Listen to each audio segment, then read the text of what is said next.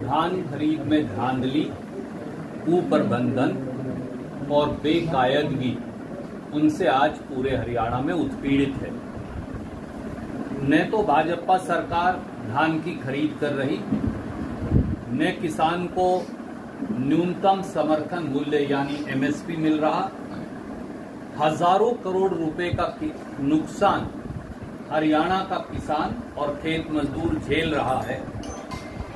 3100 रुपए प्रति क्विंटल 8 अक्टूबर के बाद धान की खरीद का वादा मौजूदा मुख्यमंत्री श्रीमान नायब सैनी ने किया था, इसीलिए मैंने उनका वीडियो पहले आपको दिखाया और इसकी मैं एक प्रतिलिपि आपको भेज रहा हूं। पर आज पूर्व घोषित 2320 रुपए प्रति क्विंटल का एमएसपी भी नहीं मिल रहा और किसान 2000 और 2100 रुपए प्रति क्विंटल पर कैथल सहित पूरी मंडियों के अंदर आज धान बेचने को, लूटने और पिटने को मजबूर है। यही नहीं, जो 1509 किस्म का सुपीरियर क्वालिटी का धान है वो पिछले साल के मुकाबले में 500 से 600 रुपए प्रति क्विंटल कम बिक रहा है। 2700 और 2800 रुपए प्रति क्विंटल पे पिछले साल 3300 और 3400 रुपए प्रति क्विंटल बिका था।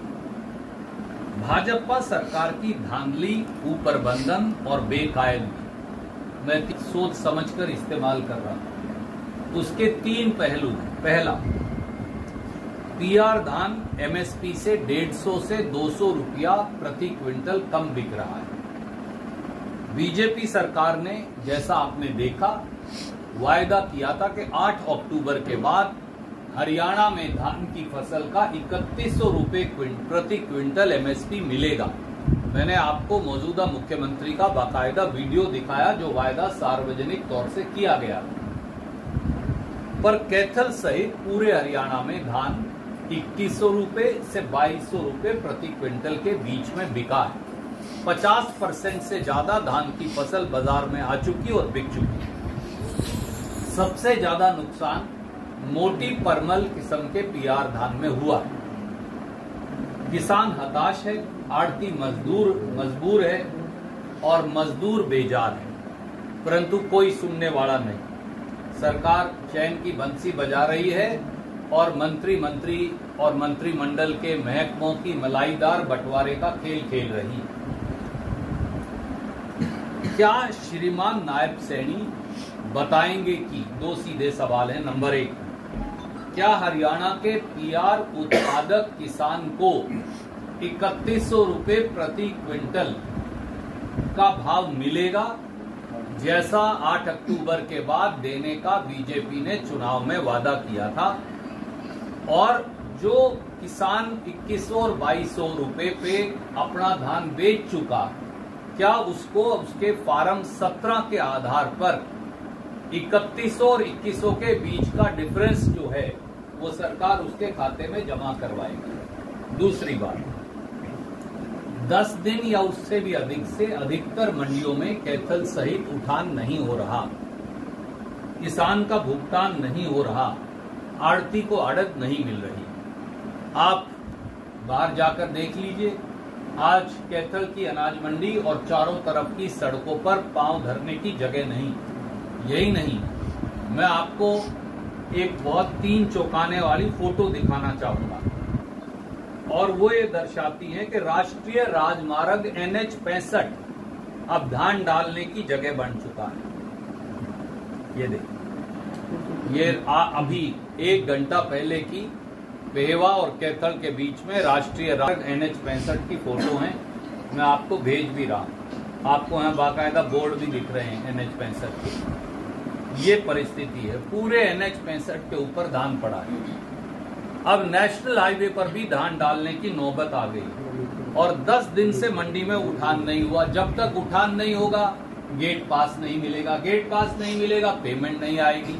पेमेंट नहीं आएगी, किसान को भुगतान नहीं होगा और ना ही आड़ती को आड़त मिलेगी। ये हाल कैथल मंडी का भी है, ये हाल राजौन मंडी का भी है, ये हाल धान मंडी का भी है, ये हाल पुंडरी मंडी का भी है, ये हाल गुलाचीका मंडी का भी है और ये हाल पूरे हरियाणा की मंडियों का आज है। वो यमुनानगर हो, वो अम्बाड़ा हो, वो करनाल हो, वो कुरुक्षेत्र हो, वो दूसरे इलाके हों। यहाँ तक कि लाडवा मंडी जिन्होंने मुख्यमंत्री नायब सैनी जी को चुना, वहां भी यही हालत है। थानेसर मंडी जिन्होंने कुरुक्षेत्र जिले में नायब सैनी जी को चुना, उनकी भी यही हालत है। किसान त्राहिमाम है, आड़ती मजबूर है, मजदूर बेजार है और सरकार मौज कर रही है। तीसरा पहलू और वो है आड़ती पर जो पड़ रही कटौती की मार पिछले सीजन की, और आड़ती को जो आड़त नहीं मिली। पिछला जो सीजन था गेहूं का, उसकी हरियाणा भर में मंडी के आड़तियों पर 150 करोड़ रुपए से अधिक की कटौती की मार पड़ी। अकेले कैथल में 14 करोड़ रुपए की कटौती दामनी से काट ली गई। उसके बाद ये वादा किया गया था कि इस बार चुनाव जीतने के बाद बीजेपी ठीक कर देगी। आज भी 2.5% आड़त को रिस्टोर करने का कोई नामो निशान नहीं है। वही 45 और 46 रुपए पर आड़ती लूट और पिट रहा है। तो एक तरफ फसल का उठान नहीं, दूसरी तरफ फसल डालने की जगह नहीं, और कैथल में तो एक और जागती हो रही है। अगर आप बाहर, अब यहाँ सर पे तो डाल नहीं सकते धान को, आप देख सकते हैं। अगर किसी के पास किसान आ गया आड़ती के पास और उसने सड़क पे डाल ली, तो 3 लाइसेंस कैंसिल कर दिए गए और 15 से अधिक आड़तियों को नोटिस दे दिए गए। सरकार के पास जब जगह ही नहीं धान डालने की, जब नेशनल हाईवे 65 पर भी धान पड़ा है, तो आड़ती का कसूर क्या है उसमें? क्योंकि सरकारी एजेंसियां ना खरीद कर रही ना उठान कर रही। कसूर सरकार का, सजा आड़ती को। ये एक नया धंधा चला रखा है बीजेपी की सरकार ने। कसूर सरकार का और सजा आड़ती को नहीं।